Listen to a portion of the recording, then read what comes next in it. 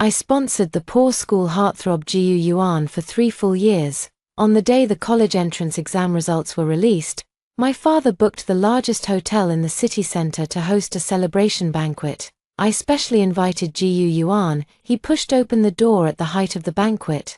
Holding hands with Lin Xia, a fellow poor student from our class, in front of the entire class and my family and friends, he put the limited edition necklace, bought with the money I had given him, around Lin Xia's neck. Shenyan, don't think that throwing around a few dirty bucks can buy my dignity. The one I love is Xia. That condescending stench of money on you truly disgusts me. The room fell silent. My father clutched his chest in anger, and my mother's eyes reddened. I stood there, looking at Gu Yuan's disdainful face, and understood everything. So, for the past 3 years, I had been supporting an ungrateful wretch. I took out my phone and immediately opened the banking app. I cancelled the automatic transfer to his account. The banquet was over, and I helped my father, who had taken a heart pill, back home at noon the next day. My phone vibrated wildly on the table. Gu Yuan's name flashed on the screen. The moment the call connected, his impatient growl came crashing down on me. Shenyan, what kind of tantrum are you throwing now? I'm treating Xia to dinner at a Japanese restaurant.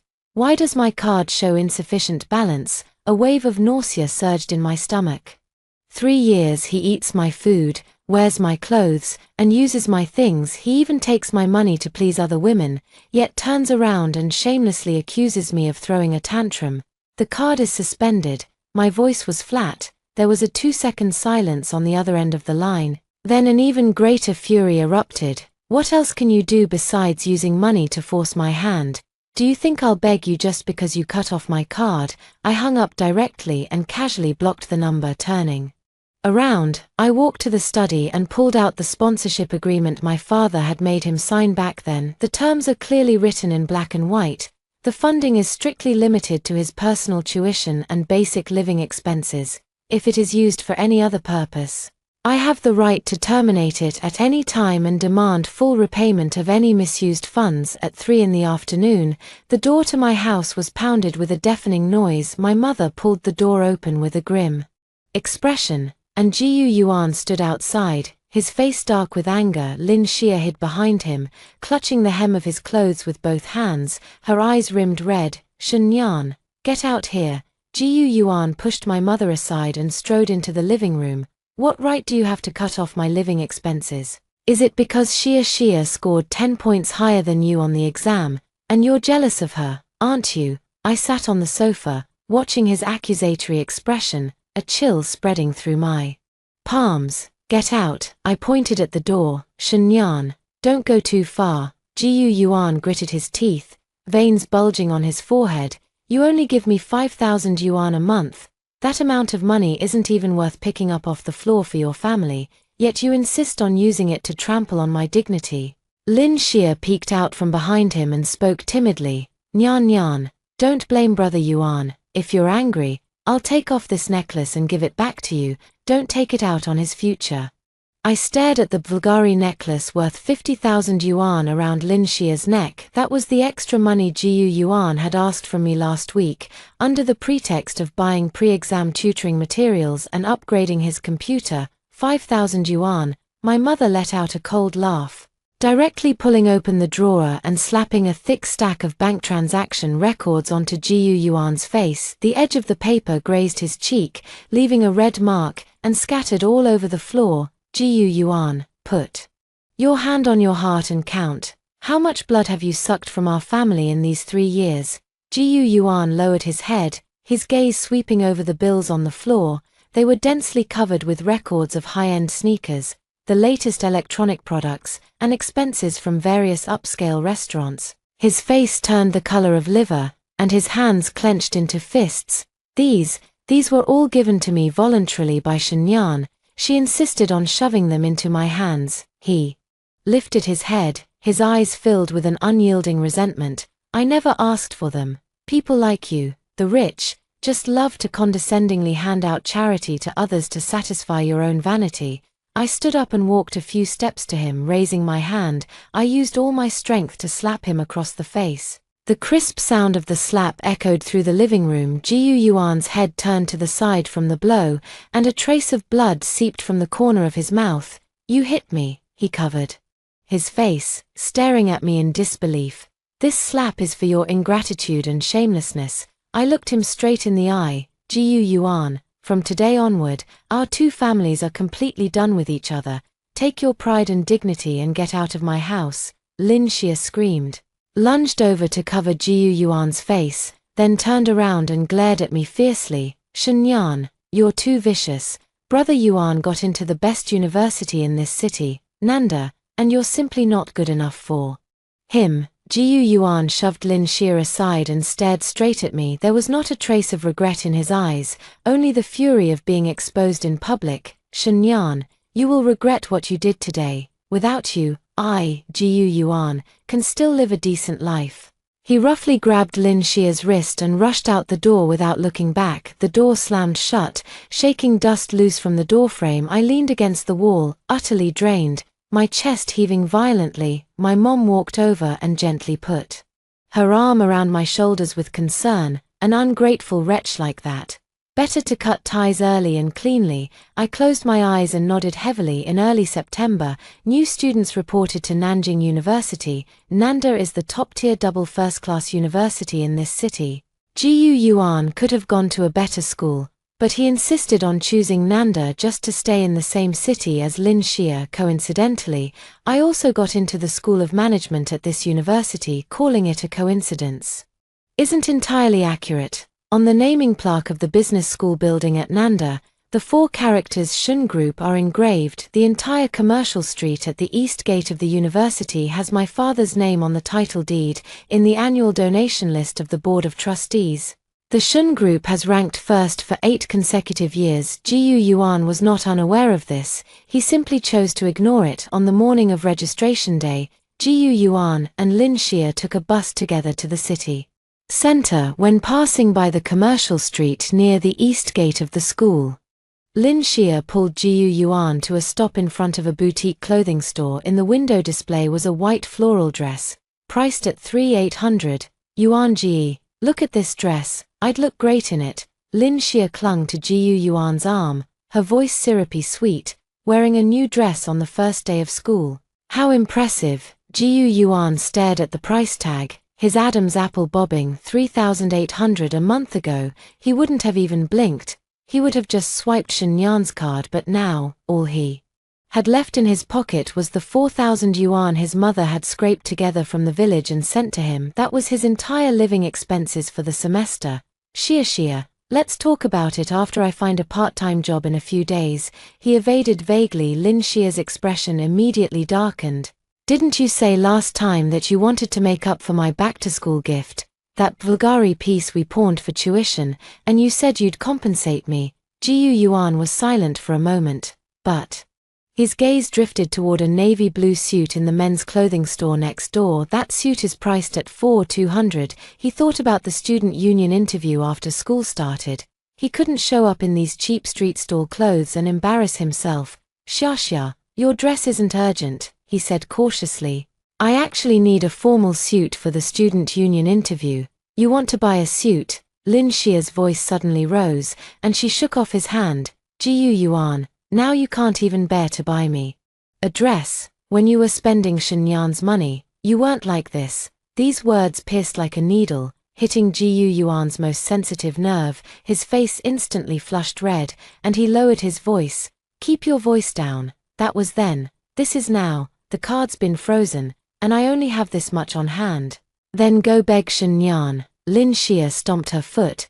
"Didn't you say you could live without her? It's only been a few days, and you can't even survive." 2 people stood on the commercial street, neither willing to give in. Lin Xie wanted a dress, and Jiu Yuan wanted a suit, but the little money in their pockets was only enough to buy one of them. In the end, neither of them bought anything. The 2 walked into the school gate with dark faces, silent all the way. Lin Xie walked ahead in a huff, while Jiu Yuan followed behind with a gloomy expression. The weather in September was sweltering, the sun blazing fiercely down on the asphalt road. My dad's secretary drove me to the school gate. and the vice principal of the administrative building came out personally to greet me, arranging all the procedures for me. When I came out of the administrative building, I saw from a distance a long queue in front of the welcome tent on the main road. Just then, a sharp argument came from the payment window. "Student, your bank card balance is insufficient, and the tuition payment has failed.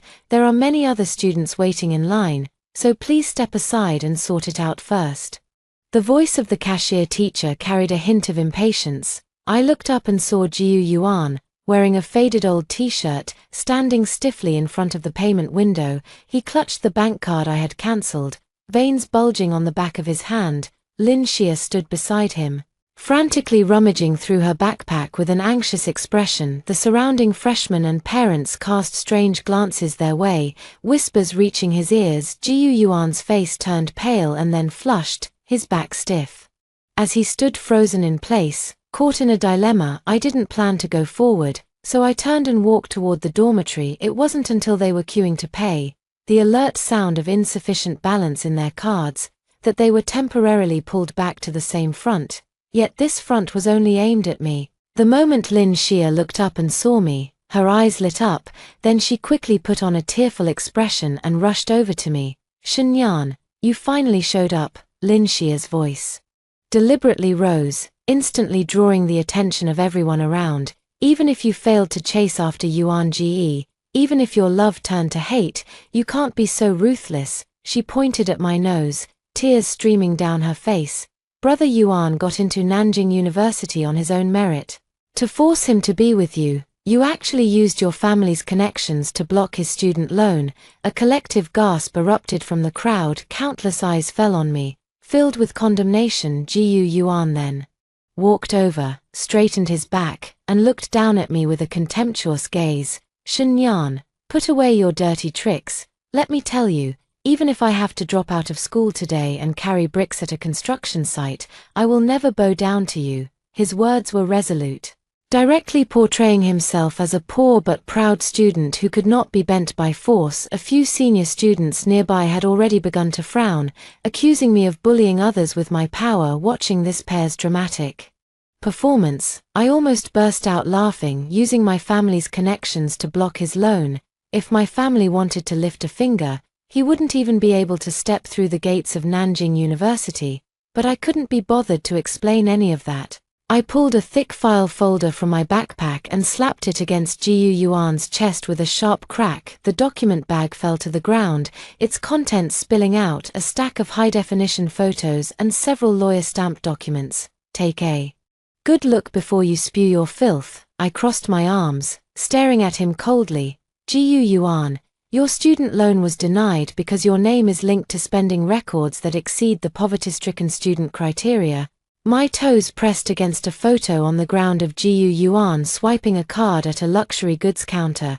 "You used the money I gave you for your education to buy a 50,000 yuan Bulgari necklace, a 20,000 yuan top-tier computer, and even took your Lin Xia to eat Japanese cuisine costing 3,000 yuan per person. You treated the sponsorship funds as startup money for your love life. How do you have the nerve to apply for a student loan for the underprivileged?" The crowd of onlookers instantly erupted, and public opinion completely reversed within a second. Oh my God. A $50,000 necklace, using someone else's sponsorship money to pick up girls.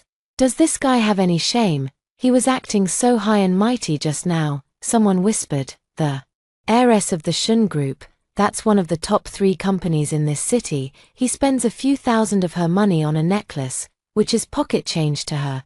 And he still has the nerve to say she's using money to pressure him.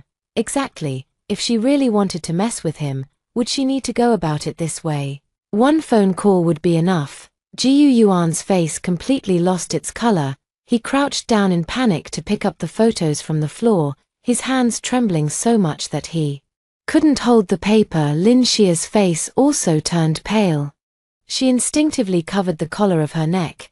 The Bulgari necklace was still hanging there, glaringly conspicuous in the sunlight. "Shenyan, do you have to go for the kill?" Jiu Yuan stood up, his eyes bloodshot as he roared at me. "This is a lawyer's letter." I kicked the photos aside and met his fury head-on. Over the past 3 years, excluding your normal tuition and living expenses, you have fraudulently obtained and misappropriated a total of 275,000 yuan from my family. You have 1 month to return the full amount, or we will meet in court. 275,000. This number hit Jiu Yuan's ears like a bomb. His legs gave way for a moment, yet he wore a look of unwavering certainty. Shen Yan, stop playing hard to get. Aren't you doing all this just to make me your boyfriend? Pay off all my debts, and I'll be your boyfriend. 275,000 was less than the price of one of my mother's handbags to the Shen family, but to him, it was an amount his mother couldn't earn in 20 years of scavenging in the village. Dream on. I turned and strode away behind her. Lin Xia's voice suddenly rang out sharply. Jiu Yuan, 275,000. How much money did you actually swindle from Shen Yan? Didn't you tell me those things were all gifts she gave willingly? Shut up, Jiu Yuan growled. I won't shut up. You said that necklace was bought with your scholarship. You lied to me. I'm lying to you. When you were enjoying it around your neck, why didn't you ask where the money came from? The two of them tore into each other in front of everyone. The surrounding students raised their phones and started filming frantically. I didn't look back. In the evening, I was making my bed in the dormitory. My roommate Zhong Jiao rushed in from the balcony, holding her phone with a shocked expression. Nian Nian, someone posted a long article calling you out on the school forum. I took the phone, and on the screen was a post titled "The Ugly Face of a Capitalist. The truth behind driving a poor student to death." The post didn't mention a single word about misusing the grant money.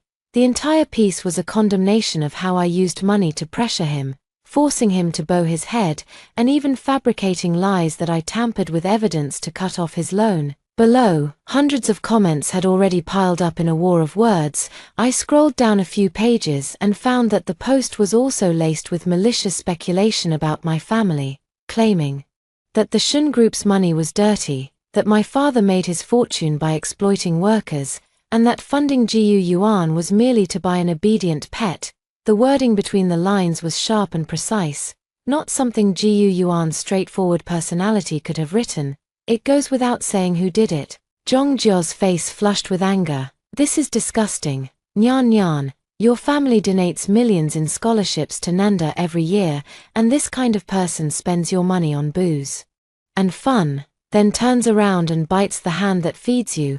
I let out a cold laugh and directly dialed the campus security office and the local police station. Meanwhile, in the cheap partitioned rental house outside the campus where Jiu Yuan and Lin Xia were staying, an even more intense argument was erupting. This later came out from the tenant next door to Jiu Yuan. The soundproofing was so poor that the entire building heard it. It all started because after Lin Xia posted the thread, she confronted Jiu Yuan and demanded money. Jiu Yuan, I won't even get into the vulgari for now. You owe Shen Yan 275,000. How do you plan to pay that back? I'm working on it. Come up with a plan. You don't even have money for tomorrow's meal. What are you going to use to come up with a plan? Lin Xia shoved her phone screen in his face. I just checked on a second-hand platform. That necklace is worth at most 30,000 now. What about the remaining 200,000? That necklace can't be sold. Jiu Yuan's voice was muffled. I gave it to you. You gave it to me. Lin Xia let out a sharp laugh. That was Shen Yan's money. Now she's about to sue you, and you're still talking to me about giving or not giving. The room fell silent for a few seconds, then Lin Xia lowered her voice and said, Brother Yuan, tell me the truth. Do you still have the ability to protect me? If you can't even protect yourself, then what's the point of us being together? Jiu Yuan remained silent. But the tenant next door heard a dull thud, like a fist hitting the wall. The next morning, 2 police cars with flashing red and blue lights drove straight into the south gate of Nanjing University. The 8 a.m. path was filled with students rushing to class, and everyone stopped to look, led by the counselor. The police went directly into the female dormitory of the School of Literature. 15 minutes later, Lin Xia, pale-faced and disheveled, was escorted down by 2 female police officers, one on each side. She had completely lost the arrogance she displayed at the registration office yesterday, her legs weak, almost being dragged along. I was just writing casually. You can't arrest me. Lin Xia broke down in tears, trying to break free from the police. Say whatever you have to say back at the station. You publicly fabricated facts and defamed others online, and the number of shares has already met the threshold for filing a case. The police officer's tone was harsh as he shoved her directly into the police car. Among the onlookers, some students who knew the Shen family whispered among themselves, "The legal team of the Shen group is famous. I've heard they've never lost a commercial lawsuit, let alone a defamation case with such solid evidence. She really doesn't know her place." Of all people to mess with, she had to pick the Shen family. Just as the police car was about to start, Jiu Yuan came running from the end of the road. One of his shoes had fallen off. His clothes were soaked with sweat, and he clung to the police car window, refusing to let go. "Xia, what are you doing? Let her go." The police immediately got out of the car and restrained Jiu Yuan, who had lost control of his emotions in the midst of his struggle. Jiu Yuan turned his head and locked his gaze on me, standing behind the crowd. His eyes were bloodshot as he charged at me like a madman.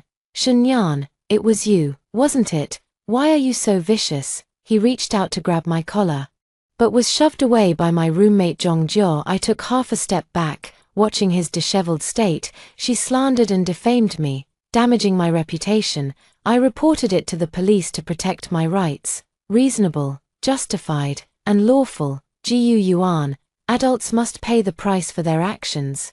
Jiu Yuan was gasping for breath, watching Lin Xia, who was locked in the police car, crying her heart out. The pride in his eyes finally showed a crack.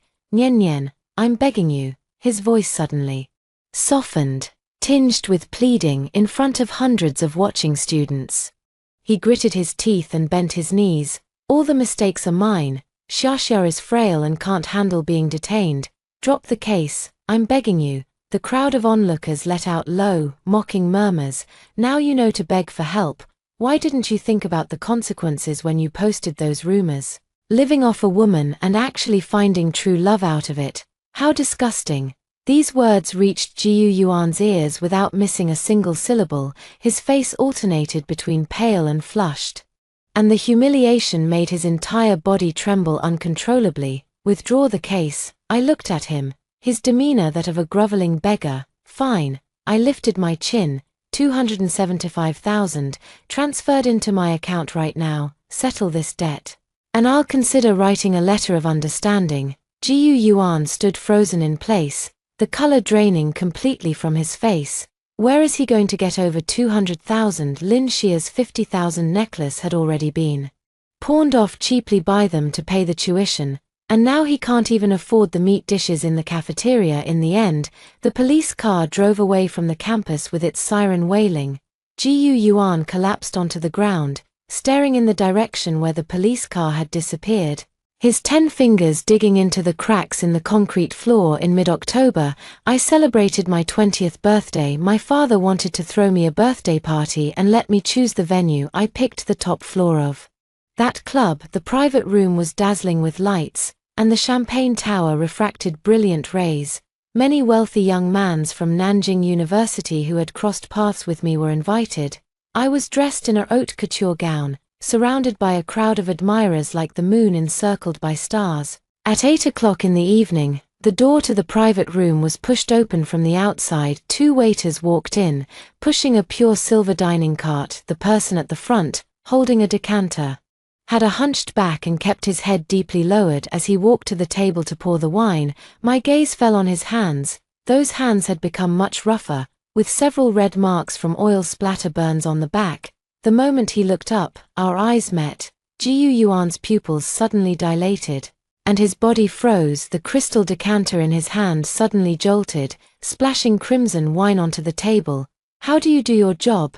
The manager beside him stepped forward and slapped Jiu Yuan on the back of the head. Staggered by the force, Jiu Yuan bit his lower lip, his face pale as a ghost. He never dreamed that he would face me, seated at the head of the table, in such a setting, as a lowly waiter. "It's all my fault, every bit of it. Xia is frail and can't handle being detained. Drop the case, I'm begging you." The onlookers let out low, mocking murmurs. "Now you know how to beg. Why didn't you think about the consequences when you posted those rumors, living off someone and still acting like It's true love. Disgusting. These words fell into Jiu Yuan's ears without missing a single one. His face alternated between pale and flushed, and humiliation made his whole body tremble uncontrollably. Drop the case. I looked at him, fawning and pitiful. Fine. I lifted my chin. 275,000. Transfer it into my account now. Settle this debt, and I'll consider writing a letter of forgiveness. Jiu Yuan stood frozen in place, the color draining completely from his face. Where on earth was he supposed to come up with over 200,000? Lin Xia's 50,000 necklace had already been pawned off cheaply to pay for tuition, and now he couldn't even afford meat dishes in the cafeteria. Finally, the police car drove away from the campus with its siren blaring. Jiu Yuan collapsed onto the ground, staring in the direction where the police car had disappeared, his 10 fingers digging into the cracks of the cement floor. In mid-October, my 20th birthday arrived. My dad wanted to throw me a birthday party and asked me to pick the venue. I chose the top floor of that club. The private room was dazzling with lights, the champagne tower refracting brilliant glimmers. Many wealthy scions from Nanjing University who had crossed paths with me were invited. I was dressed in a haute couture gown, surrounded like the moon encircled by stars. At 8 in the evening, the door to the private room was pushed open from the outside. 2 waiters walked in, pushing a solid silver trolley. The one at the front, carrying a decanter, had a hunched back and his head bowed deeply. As he approached the table to pour the wine, my gaze fell upon his hands. Those hands had become much rougher, with several red marks from oil splatter burns on the back. The moment he looked up, our eyes met. Jiu Yuan's pupils suddenly dilated, and his body froze. The crystal decanter in his hand jolted violently, splashing crimson wine onto the table. How are you doing your job? The manager beside him stepped forward and slapped the back of Jiu Yuan's head. Jiu Yuan stumbled from the force of the blow, biting his lower lip, his face pale as death. He never dreamed that he would face me, seated at the head of the table, in such a setting, as a lowly waiter. These words shattered the false love Jiu Yuan had built over 3 years into pieces. He lay sprawled on the ground, mingled with red wine and shattered glass, his whole body broken apart. I stood up and looked down at him. I took a copy of the court summons from my bag and threw it in front of him.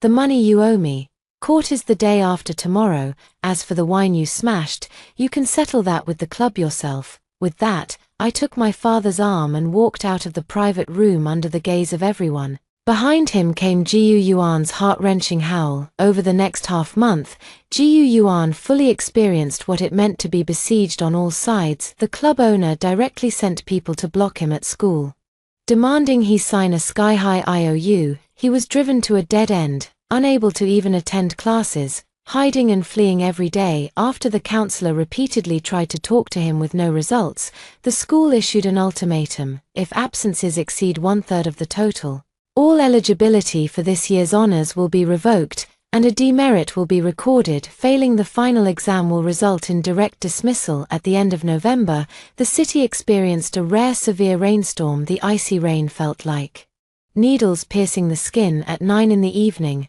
my roommate Zhong Jiao rushed into the dormitory from outside, completely soaked. Nian Nian, go check the balcony. That lunatic Jiu Yuan is downstairs for you. I pushed open the glass door to the balcony. The fierce wind and pouring rain lashed against my face. By the dim yellow light of the street lamp, I saw that familiar figure at the bottom of the dormitory building. Jiu Yuan wasn't holding an umbrella, kneeling on the asphalt road covered in mud and rainwater. His old clothes clung to his skin, and strands of his hair dripped with water. Occasionally, students passing by with umbrellas would walk around him, snapping a few photos along the way. He seemed completely oblivious, his gaze fixed solely on the balcony where I stood. The moment he saw me appear, he lifted his head, his voice hoarse and broken amidst the torrential rain. Shen Yan, I was wrong. I truly know I was wrong. Come down and see me, please. I can't go on living. The debt collection from the club, the court's verdict, and the school's disciplinary action had already driven him to the brink. I watched him shivering in the muddy water, my mind utterly clear, empty of everything. His body began to sway, his hands bracing against the ground. Nian Nian, I was foolish before. I shouldn't have listened to that bitch Lin Xia's instigation. You've always been in my heart. You supported me for so many years. We have feelings for each other. He thought that as long as he was willing to lower his head, I would forgive him without any limits. Just like before, I turned around, went back to the dormitory to grab an umbrella, and walked downstairs outside the first-floor entrance. The accumulated water had already risen above the ankles. I opened my umbrella and walked to the edge of the steps. When Jiu Yuan saw me coming down, his eyes burst with ecstatic joy. He lunged toward the steps, trying to reach out and grab my pant leg. Nian Nian, you still care about me, don't you? I knew you wouldn't. I stepped back, dodging the hands covered in mud and water. Don't touch me. Jiu Yuan's hand froze in midair. I came down just to make one thing clear to you. My voice drowned out the sound of the rain. Back then, when you stood in front of everyone and said I reeked of money and disgusted you, weren't you pretty full of pride? When you took my money to buy luxury goods for Lin Xia and mocked me for being a pushover in front of others, how come you never thought this day would come? With every word I spoke. He shrank back a little. Adults should accept the consequences of their bets. I looked at the several security guards who had arrived upon hearing the commotion. Security officers, this person doesn't belong to our building and is seriously disrupting our normal rest. Please escort him out. The security guards rushed into the rain, grabbing Jiu Yuan by the arms from both sides and dragging him out. Shen Yan, you can't be so heartless. You're trying to drive me to death. Jiu Yuan's feet thrashed wildly in the muddy water, letting out a heart-wrenching roar. Just then, a black Porsche pulled up by the roadside in front of the dormitory building. The window rolled down, revealing Lin Xia's face, meticulously made up. She has now become the exclusive pet of that rich second-generation heir. Completely transformed from head to toe, she watched Jiu Yuan being dragged through the mud by the security guards and let out a sharp laugh. Oh, isn't this our noble and great school heartthrob Jiu? Why are you lying on the ground like a dog? Upon hearing her voice, Jiu Yuan's struggling movements came to a halt. He stared at Lin Xia in the car, hatred burning in his eyes. Lin Xia, you bitch, you'll die a miserable death.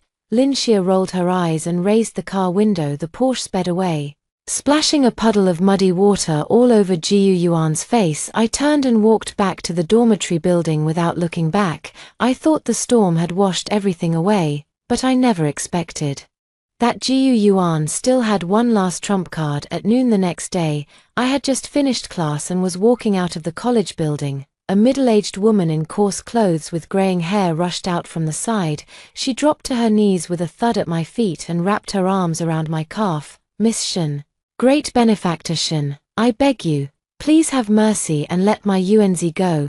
The students who had just finished class immediately gathered around. I looked down at this woman. That was Jiu Yuan's mother. Back then, when my father went to the countryside for an inspection, it was she who held his hand, tearfully recounting how Jiu Yuan had been admitted to high school but couldn't afford to attend, begging us for financial support. At this moment, her face was weathered. Tears and mucus smeared all over it. Miss Shin, UNZ was just momentarily confused. Deep down, he's a good kid. Your family is so wealthy. A few $100,000 is just a drop in the bucket for you, but for our family, it's a matter of life and death. Jiu Yuan's mother cried as she kowtowed forcefully. Please drop the lawsuit. He's still so young. You can't ruin his whole life.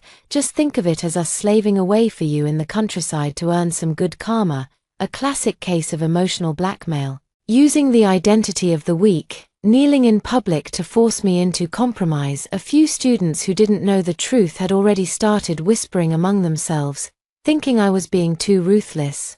Just as I was about to speak, a familiar black Maybach pulled up steadily by the roadside. The car door opened, and my mother walked over in high heels. My mother parted the crowd and walked straight up to Gu's mother.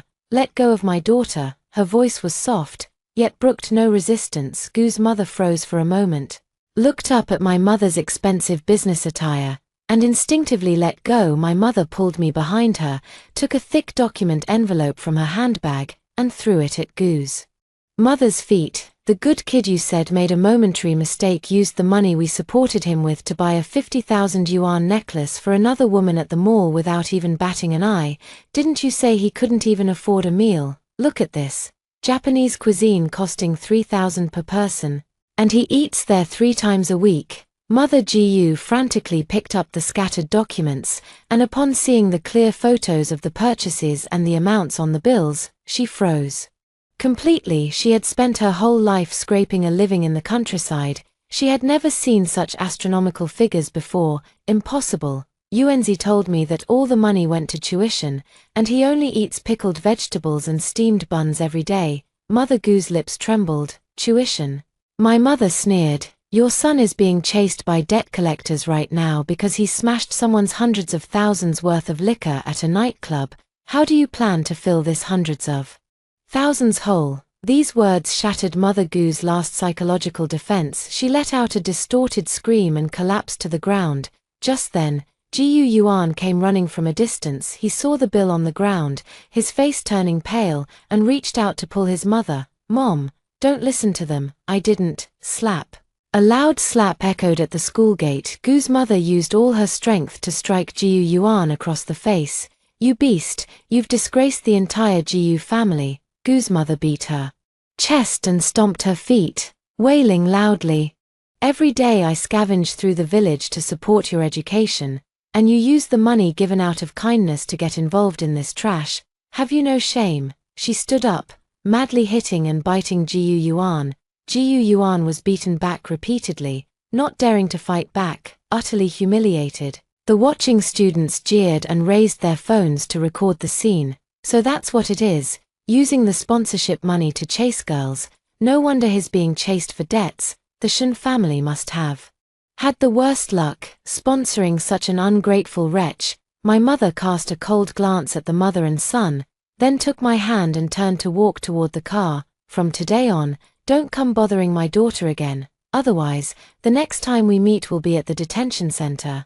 The engine roared as the Maybach drove away from the scene. After the final exams, Gu Yuan faced his ultimate fate, failing multiple courses, coupled with severe disciplinary sanctions and troubling debts outside school. To uphold the school's reputation, Nanjing University officially issued a decision to expel Gu Yuan.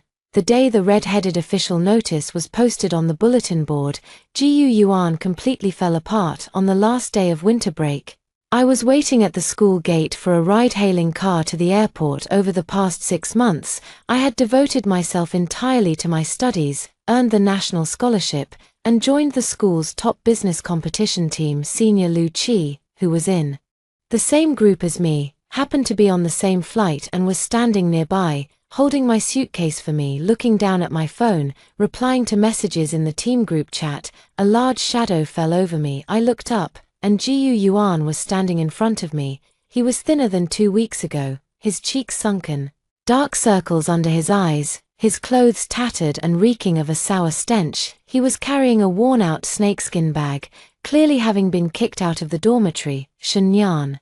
His voice was hoarse and cracked. I got expelled, and my mom was so angry that she ended up in the hospital.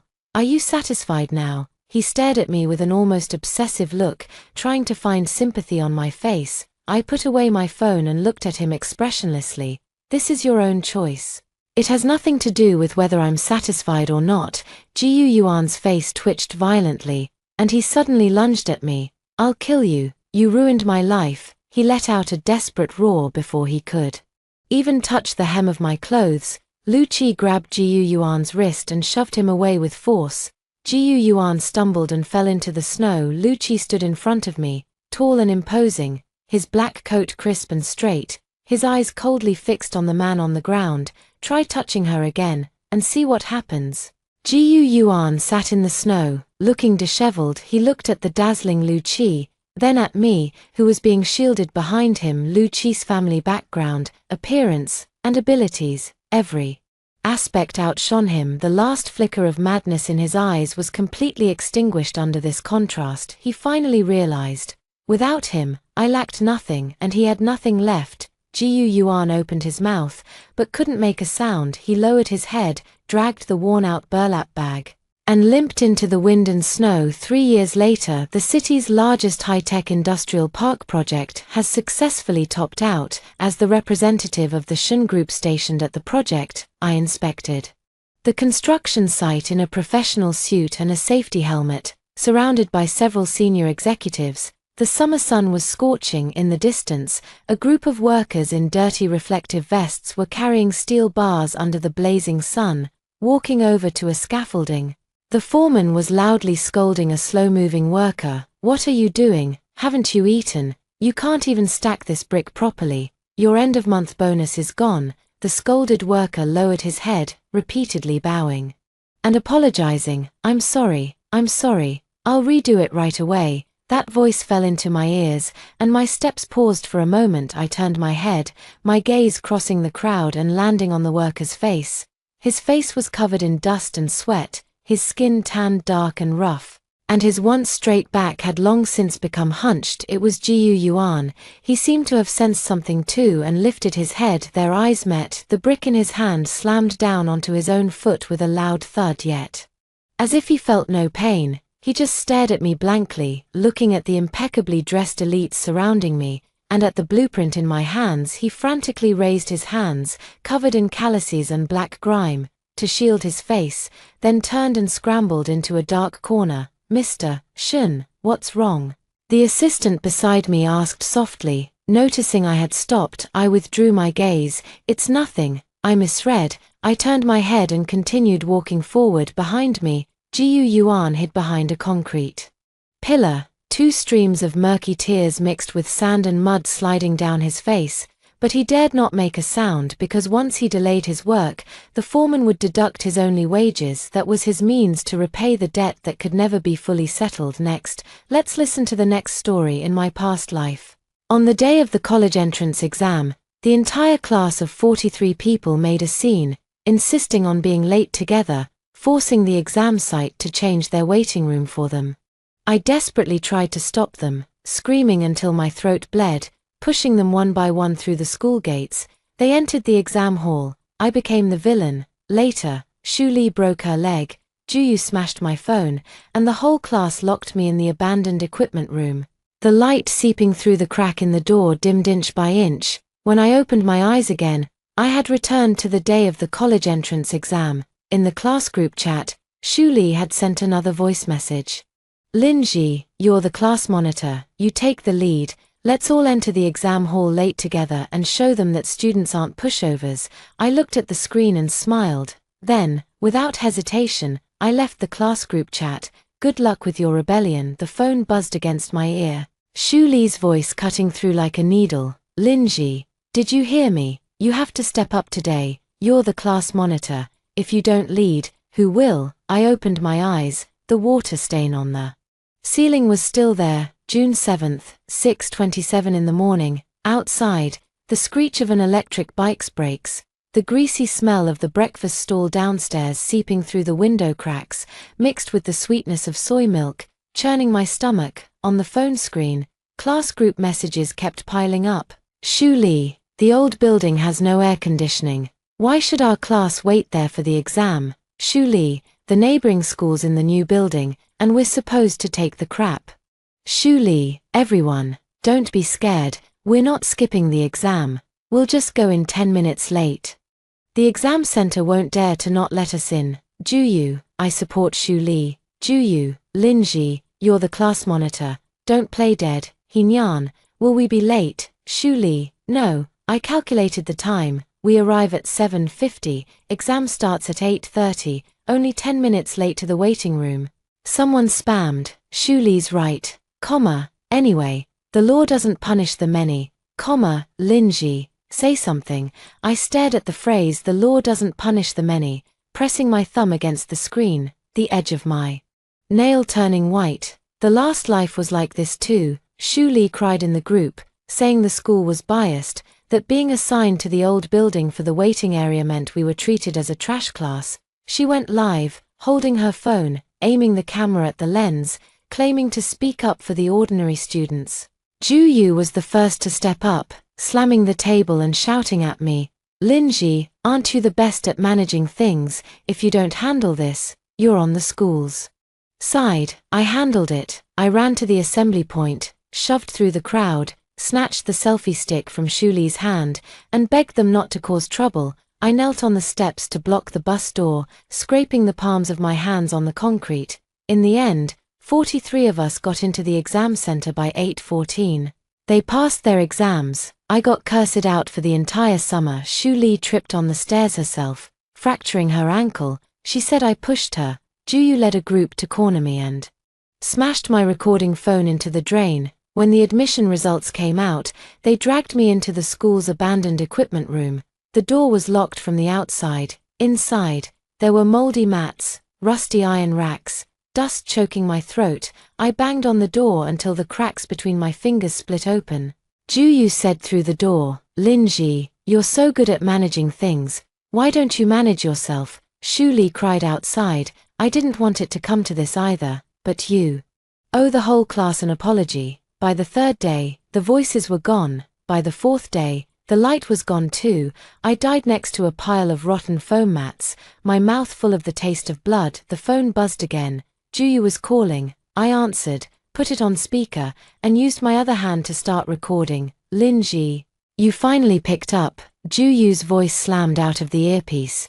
"Do you know Shu Li's been crying? She's standing up for the whole class, and you're still sleeping at home."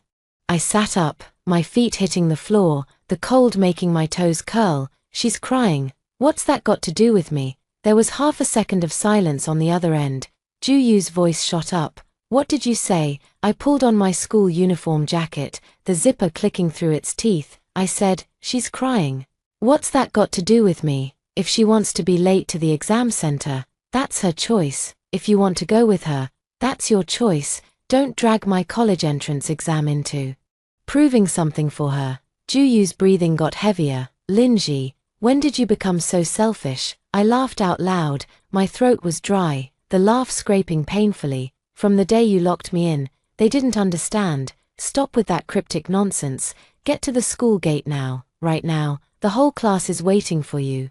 I glanced at the clock on the wall. 6:35. In my last life, I'd already rushed out the door at this time, not even grabbing breakfast. Now, I slowly stuffed my admission ticket, ID card, black pen, and 2B pencil, one by one, into a transparent file bag. "Juyu, you want to rebel? I won't stop you. You want to be late? I won't stop you. You want to shove a live stream camera in the exam center's face?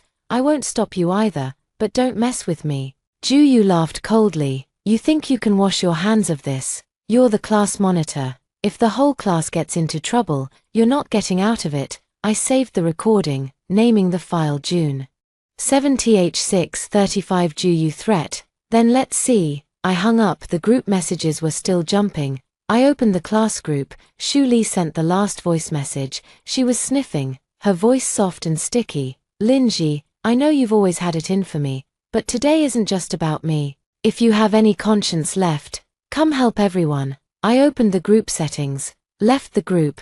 The confirmation box popped up on the screen. I pressed it. The world was quiet for less than 10 seconds. Hinyan's private chat popped up. "Linji, did you really leave the group? Shu Li says you betrayed the whole class. Juyu says he's going to wait for you at your apartment building." I stuffed a breakfast bun into my backpack side pocket and opened the front door. The hallway smelled musty, dust on the handrails, as I headed downstairs. I called my mom. The phone connected. On the other end, I could hear the clatter of a spatula against a wok. "Gigi, have you left?" "Mom, some people in my class are going to cause trouble. They might try to stop me from getting to the exam site." The clattering stopped. "Where are you now?" "I'm heading downstairs." "Don't argue with them. First, go to an intersection where there's a police officer on duty. If anyone touches you, scream. Do you have your admission ticket and ID?" "Yes." "Is the recording on?" "It's on." My mom took a deep breath. "Good. Remember, nothing is more important today than your college entrance exam. If they want to mess around, don't reach out." I walked to the entrance of my neighborhood. The morning light stabbed into my eyes. The locust tree leaves on the street rustled as the wind lifted them. I saw Juyu standing by the roadside, dressed in a white school uniform, holding a bottle of mineral water in his hand. 2 other boys stood beside him. All 3 of them looked at me at once. Juyu walked toward me, the soles of his shoes crushing a breakfast plastic bag on the ground. "Linji, come with me." I stopped next to the security booth, my finger pressed the side button of my phone, the screen lit up with the recording interface. Take one more step forward, and I'll call the police. Juyu's footsteps halted. He stared at me, his eyes darkening. You're serious? I raised my phone, the camera aimed at him. Smile. For the police. Juyu's face tightened, and the mineral water bottle in his hand let out a crunch. Lee Jo beside him turned his head away, muttering a curse under his breath. Crazy. Still recording. I held my phone steady. You three, blocking my apartment gate early this morning, demanding I go with you. I refused, and you kept crowding in. I'm recording. That's not illegal. Juyu's jaw clenched. Linji, don't make this sound so ugly. We're classmates. Classmates block doors. Classmates force someone to leave. Classmates use my college entrance exam as livestream material for Shu Li. Juyu's face turned green. Shu Li isn't doing this for the stream. She's doing it for our class. I nodded. Fine, for your class. Then you go. I'll take the exam alone. Lee Jo stepped half a step forward. Stop acting so high and mighty. When has the class ever had a problem that you didn't run around fixing? Now Shu Li needs you, and you're hiding. I looked at him. In my past life. Outside the equipment room door, Lee Jo laughed the loudest. He took the water from my backpack and shook it by the door. Class monitor, aren't you the best at solving problems? Beg me, and I'll give you a sip. A rusty taste surged in my throat. I aimed my phone camera at Lee Jo's face. Lee Jo, you just said, because Shu Li needs me, I have to go. I ask you, which clause in the Education Bureau's regulations says the class monitor must be late with the whole class? Lee Jo was choked silent. Juyi reached out to block the camera. I stepped back, my shoulder pressing against the security booth's glass. The security uncle pushed open the window. What's going on? I immediately spoke. Uncle. They're trying to stop me from going to the college entrance exam. The security uncle's face darkened, and he picked up the walkie-talkie on the table. Still causing trouble during the exam. Juyi withdrew his hand, lowering his voice. Linji, do you have to blow this up? You started it first. My ride-hailing app had already found a car. The license plate number flashed on the screen. 200 meters away. I sent the screenshot to my mom and then to Hinyan. Hinyan replied instantly. You're really not coming to the meeting point. Shu Li's livestreaming. A lot of people are watching. She says you're running away at the last minute. A livestream screenshot popped up right after. Shu Li stood at the school gate, her high ponytail up, eyes wet, holding a selfie stick. Behind her stood a crowd of classmates. Two boys pulled open a banner, refuse differential treatment, give candidates a fair exam environment. In the frame, parents outside the school gate were visible. Some were taking photos with their phones, others frowned. Shu Li spoke into the camera. We don't not want to take the exam, we just want to be seen. If even basic conditions before the exam can't be guaranteed, what's the point of 12 years of hard study? The comments scrolled fast. This girl is so brave. The school is really bullying people, supporting the rights movement. I stared at the electronic clock behind her. 6:52. In my past life, I rushed to the school gate at this very time and snatched her banner. Back then, she cried and fell into Juyi's arms, and half the class cursed me. Why are you interrupting her? Are you afraid she'll outshine you, just because you're the class monitor? I swallowed all the curses, called a car, begged the teacher, contacted the traffic police, and escorted them all the way to the exam center. This time, the taxi stopped in front of me. The driver rolled down the window. What's the last 4 digits of your number?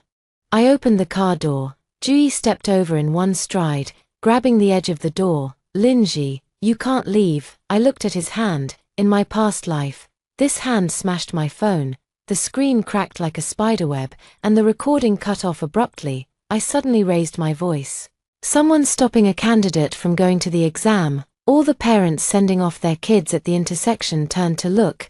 A woman in a red cheongsam frowned and approached. Young man, what are you doing?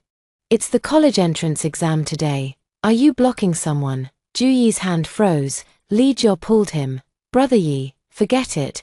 Juyi didn't let go. I took out my admission ticket and held it up to the people around me. I'm a candidate. They want to take me to the school gate to join a live stream.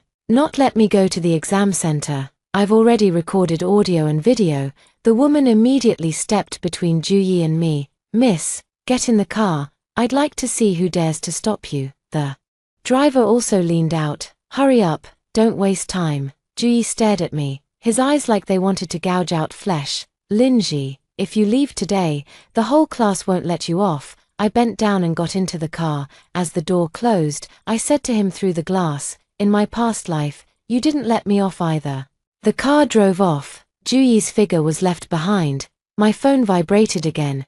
He-nyan sent Shu-li's livestream link. She's calling you out. I clicked in. Shu-li brought the camera close to her face, tears hanging on her eyelashes, her voice trembling. Our class monitor, Linji, just left the group chat. I don't blame her. Maybe she thinks her own future is more important than the whole class's dignity. The comments exploded. This kind of class monitor is disgusting.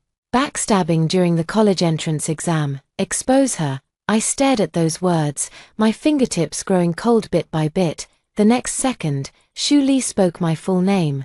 Linji, I know you can. See this. If you're willing to come back, we're still waiting for you. The driver glanced at me through the rearview mirror. Miss, is that your classmate? I opened the livestream recording. Yeah, they're leaking my personal information right now. The driver's brow furrowed. These kids have lost their minds. I watched Shu-li wipe away tears on the screen, my lips slowly pressing flat. Cry all you want.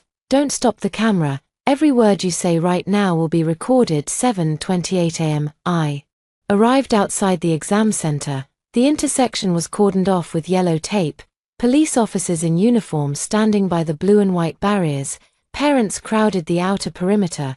The air thick with the smell of sweat, essential oils, and the greasy scent of breakfast bags. The loudspeaker repeated over and over, "Candidates, please enter the exam center in an orderly manner with your admission ticket and ID card. Candidates arriving 15 minutes after the start of the exam will not be permitted to enter." Hearing that line, my steps faltered for a moment. In my past life, I feared it the most. Every time it rang out, it was like a whip cracking against my back, pushing me to make them run faster. Now, I handed my documents to the teacher. The teacher glanced at them and nodded. Go on in. Don't be nervous. Just as I stepped past the tape, hurried footsteps sounded behind me. Linji, I turned around. He-nyan was running over, carrying her backpack, sweat on her forehead, hair plastered to her face. She bent over, hands on her knees, gasping for breath. You actually came. I looked at her. In my past life, He-nyan hadn't locked the door. She hadn't saved me either. She had stood at the end of the hallway, hugging her books, eyes red. I had pounded on the door, shouting her name, her lips moving. But in the end, she turned and ran. In this life, she chased me down to this spot, fingers clutching her admission ticket. Linji, they're still at the school gate. Shu-li said to wait for the media. Ju-yi went to pick her up. She said they'd definitely be here by 8:10. I asked, and you? He-nyan's eyes darted nervously. I was afraid of being late, but they all scolded me, said I had no loyalty, said I didn't deserve to be part of class 3. I saw red marks on her wrist, likely from being grabbed.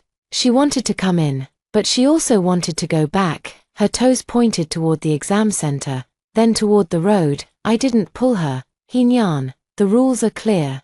15 minutes after the start, you can't enter. If you want to take the exam, go in now. If you want to stay with them, go back now. She looked up at me, tears shimmering in her eyes. Aren't you going to persuade me? I gave a faint smile. I tried once. The price was too high. He-nyan didn't understand.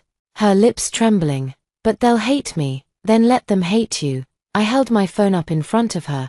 On the screen was a screenshot of the livestream she had just sent me. They're already hating me. Did I lose a single piece of flesh? He-nyan's throat bobbed. The loudspeaker rang out again.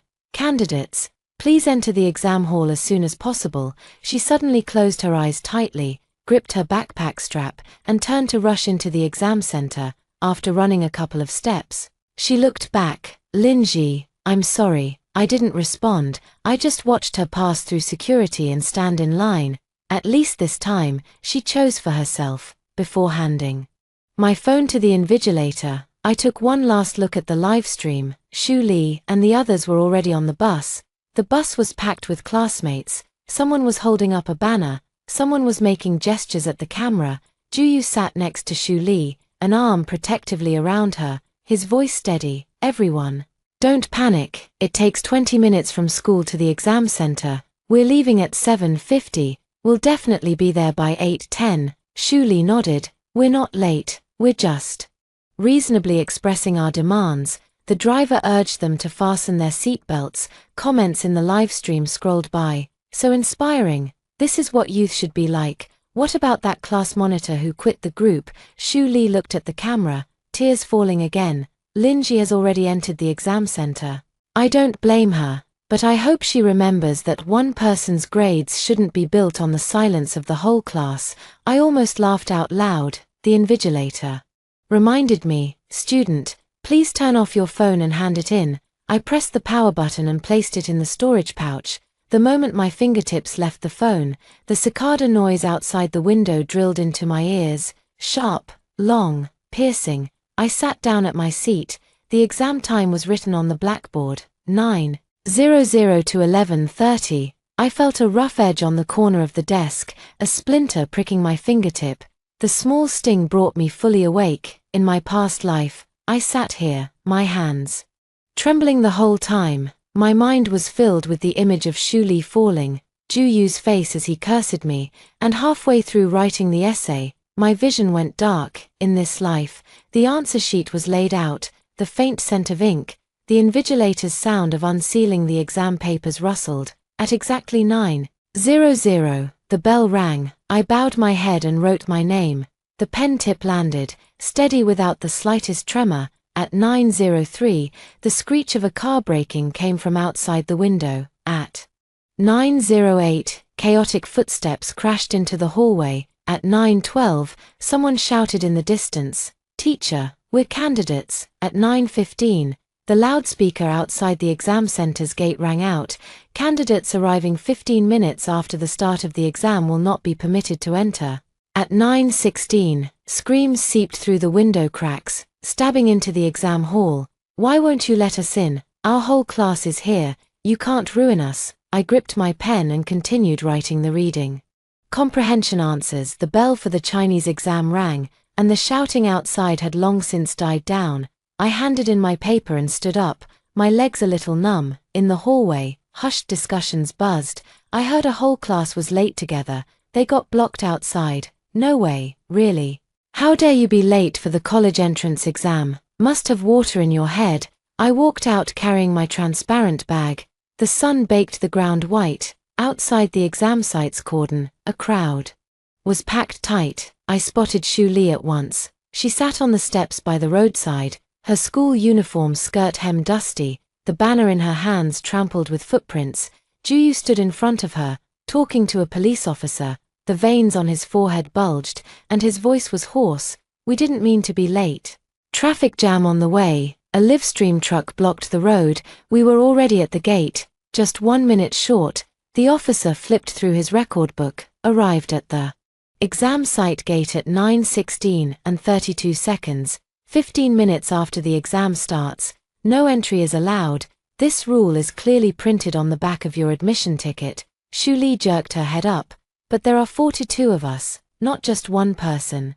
How can you let 42 people get 0 on Chinese?" The parents nearby gasped. "An entire class. Who else is to blame? Late for the college entrance exam. Even the gods can't save you." Hearing those words, the flesh on Shu Li's face twitched. She immediately turned her head, scanning the crowd. When she saw me, her eyes lit up sharply. It wasn't joy. It was the gleam of someone grabbing a lifeline. "Linji." She rushed over.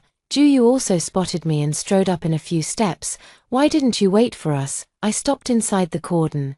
Surrounded by teachers, police officers, and parents, I looked at his outstretched hand.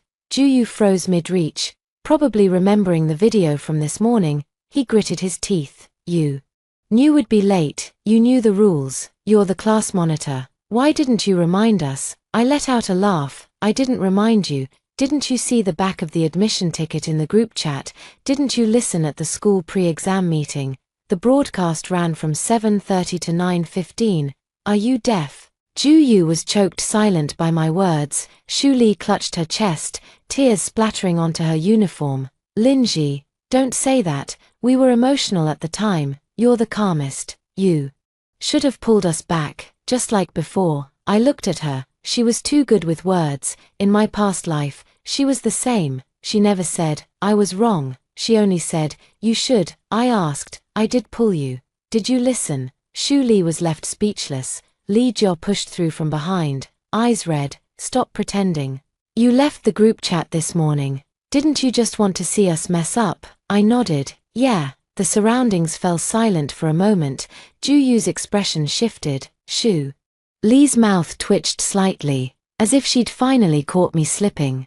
I continued. What I wanted to see was where the path you chose yourselves would lead, and you showed me. Li Jiao pointed a finger at me. You admitted it, officer. She admitted it. She deliberately ruined us. I turned to the police officer. Officer, can I report a crime? The officer looked at me. What's the situation? I pulled out my backup phone. I had handed in my main phone before the exam.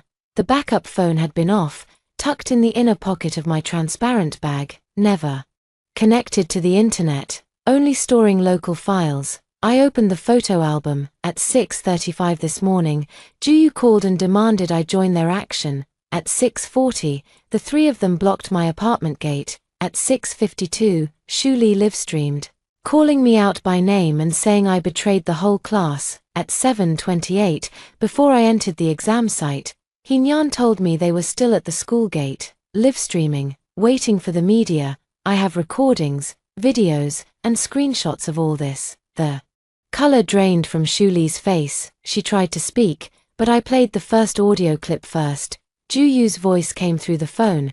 Come to the school gate now, immediately. The whole class is waiting for you. If you walk away today, the whole class won't let you off. The expressions of the surrounding parents changed. Someone muttered under their breath, isn't that a threat? I played the second video. In the footage, Ju Yu was grabbing the taxi door. I held up my admission ticket and said, I'm an examinee. They want to take me to the school gate to join the livestream. Shu Li's livestream account was quickly shut down.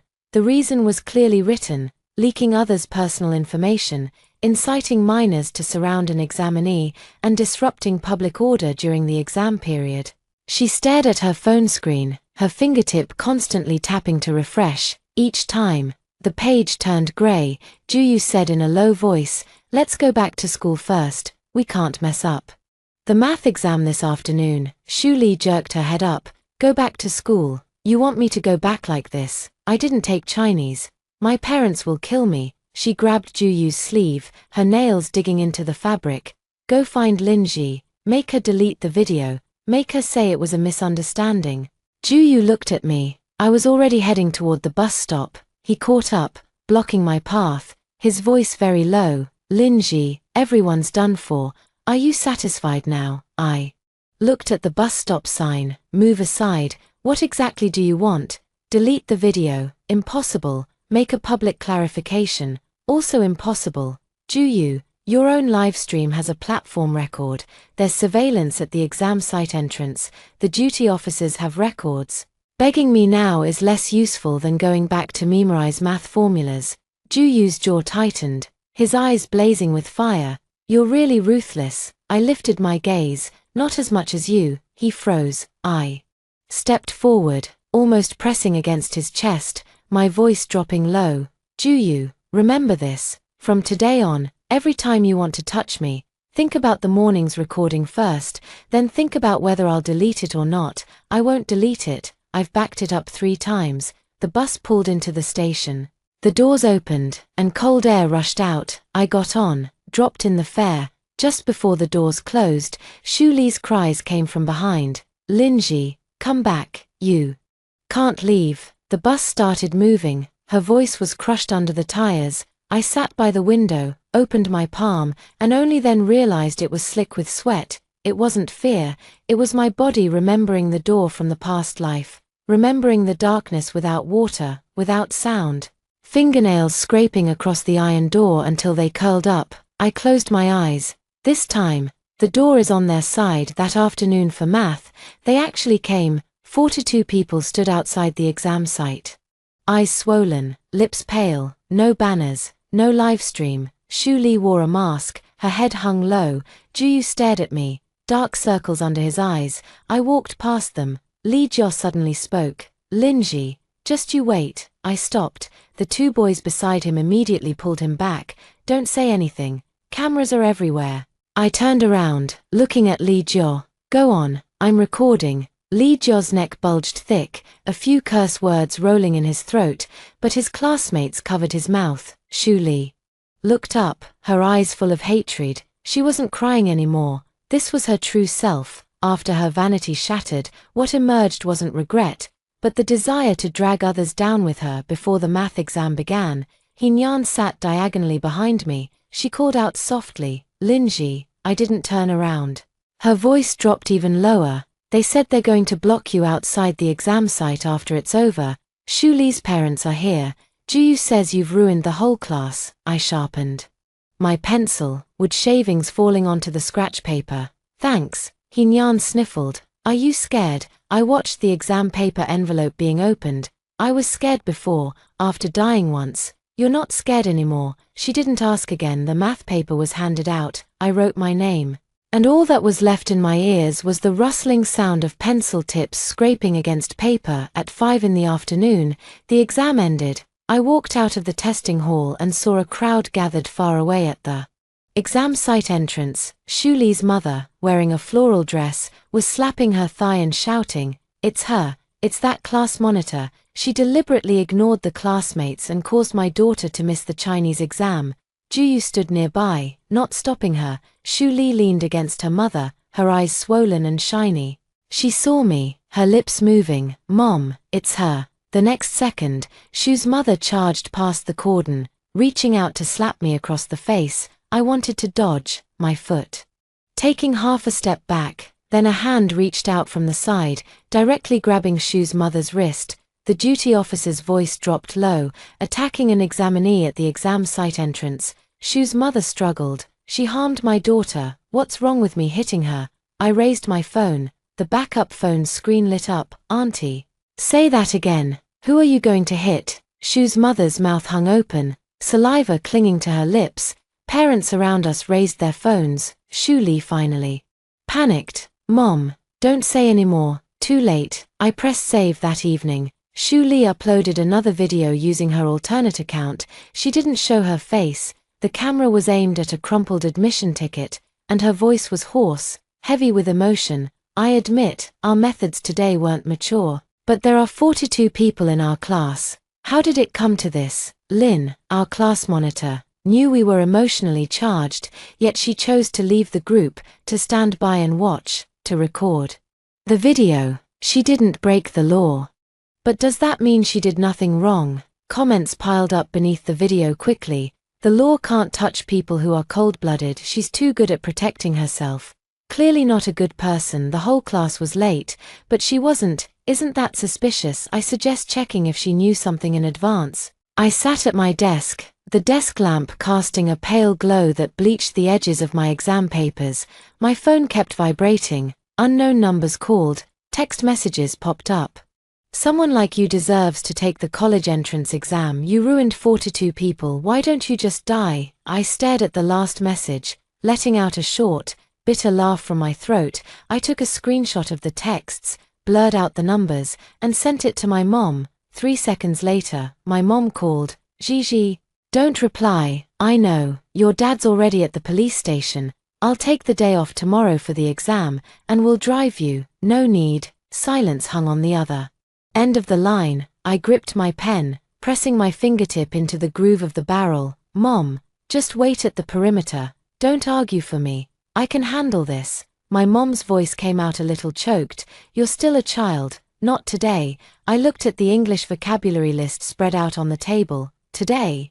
I'm a test taker. I'm going to study now. After hanging up, I opened my computer and organized all the evidence in chronological order. I named each folder one by one. 1 Jew.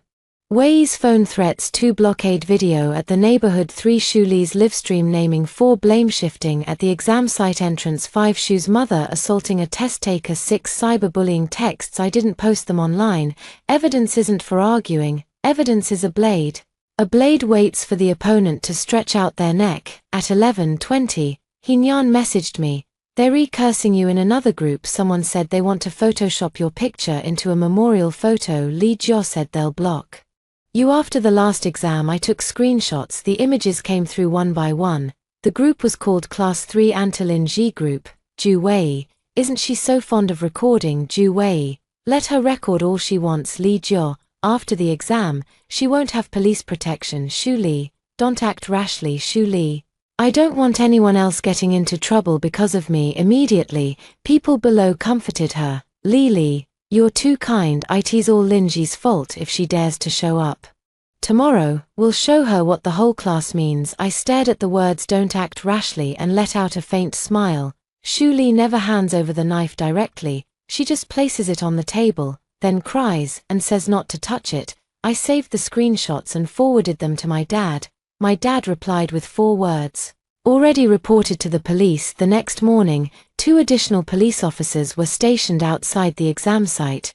When Ju Wei saw me, his face changed. Li Jo gritted her teeth but didn't dare move. Shu Li stood in the line, her eyes fixed on the ground. I walked past her. She suddenly spoke. Linji, can you sleep at night? I stopped. I slept 7 hours. Shu Li lifted her head, her eyes bloodshot. Every time I close my eyes, I see my mom crying. My dad smashed all my live streaming equipment. My account is gone, and my Chinese exam is gone too.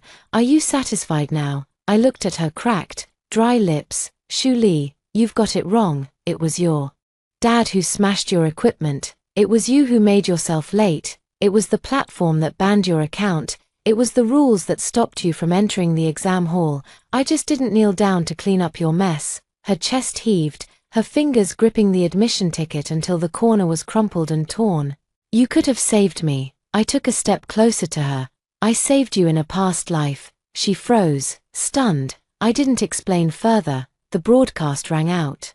Candidates, please enter the exam hall. I turned and walked into the test site. Behind me, Shu Li's voice dropped low, venomous. Linji, don't think it's over just because the exam is done. I didn't look back. The last exam ended, and the sky pressed down low, dark clouds piled above the test center. Wind kicking up dust that stung my face, the air thick with the earthy smell before rain. The moment the bell rang, the entire building erupted in cheers. Someone threw their pen, someone sobbed. With their head in their hands, someone rushed out of the classroom to call their parents. I packed my things slowly, in my clear bag. The admission ticket was creased from being folded. 3 days, I had finally finished this exam completely. When I reached the stairwell, Hinyan caught up. Linji, her face was pale, her fingers gripping her backpack straps. They're outside. Juyu said today there's no cordon. I looked out the window. Raindrops were pounding down. Parents at the test center entrance opened umbrellas, the canopies colliding with a crackling sound. On the edge of the crowd, Juyu, Li Jo, and 7 or 8 boys stood behind the bus stop. Shu Li was there too. She wore a white dress, no umbrella. The rain pressed her hair against her shoulders, making her look like a crumpled piece of paper. I opened my phone, checking the battery, 81%, recording on, location sharing on. I sent a message to my dad. I'm out. My dad replied, right side of the entrance. The police officer is here too. I said to Hinyan, take the parent lane. She shook her head. I'll go with you. I looked at her. Are you sure? She bit her lip and nodded. I'm not running this time. I didn't say thank you. We walked out of the test center. The rain hit my face, cold enough to sting. Juyu held a black umbrella, blocking my path. Linji, let's talk. I raised my phone. Talk? You're recording. He glanced at my phone, his mouth twisting. Besides recording, what else can you do? Take exams. His eyes darkened. Li Jo popped out from the side. Don't get cocky. We got 0 on Chinese, and you won't have it easy either. I asked, are you going to hit me? He stepped forward. Juyu reached out to stop him. Don't use force. He turned to me, his voice flat. Linji, Issue a statement. Just say you were in a bad mood this morning and misunderstood Shu Li. Say Shu Li didn't incite anything, she was just voicing everyone's concerns. Then delete the video. I almost laughed. What makes you think I'd agree? Juyu looked around. Because the whole class is here. I followed his gaze. In the rain, dozens of people stood under umbrellas. Some looked down, some looked at me, some still had hatred in their eyes. In my past life, they surrounded me like this too. That day wasn't rainy. The sun was scorching. The concrete ground so hot it made my soles feel soft. They cornered me behind the teaching building, shoving me with every word. Apologize. Kneel to Shu Li. You broke her foot. You got us cursed out. I backed into the wall, my back scraping against the rough surface, my skin burning. Juyu reached out and smashed my phone. Now, rainwater dripped down my chin. I looked at him. So what if the whole class is here? Shu Li stepped out from under her umbrella, her tears mixed with the rain.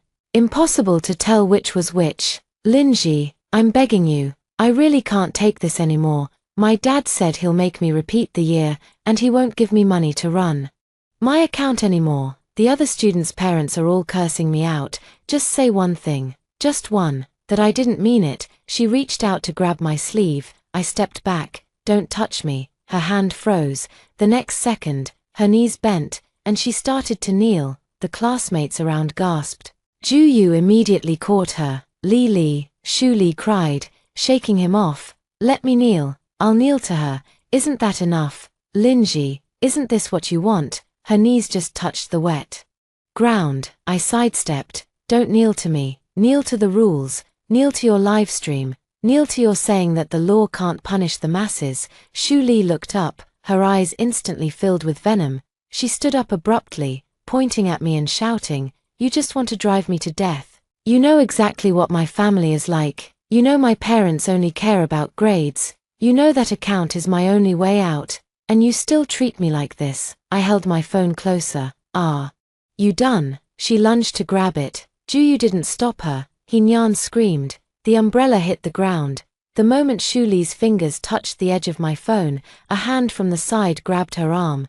The police officer's voice rang out like iron hitting the ground, snatching someone else's property. Shu Li froze completely. My dad pushed through the crowd, standing in front of me. His hair was soaked by the rain, his chest heaving. "Whoever touches my daughter again, I'll call the police right now and press charges to the end." When Juyu saw my dad and then the police officer, the tough facade on his face cracked. Li Jia stepped back. The crowd scattered a little. "I saved the recording just now, then I opened a file. Everyone, since you're all here, listen to this." In the rain, Juyu's voice from the group chat the night before played out. "Doesn't she like recording? Let her record all she wants. After the exam, she won't have the police to protect her." Juyu's face turned white instantly. Li Jia cursed and turned to run. The police officer looked at him. "Stop right there." The police lights flashed in the rain, red and blue cutting across faces.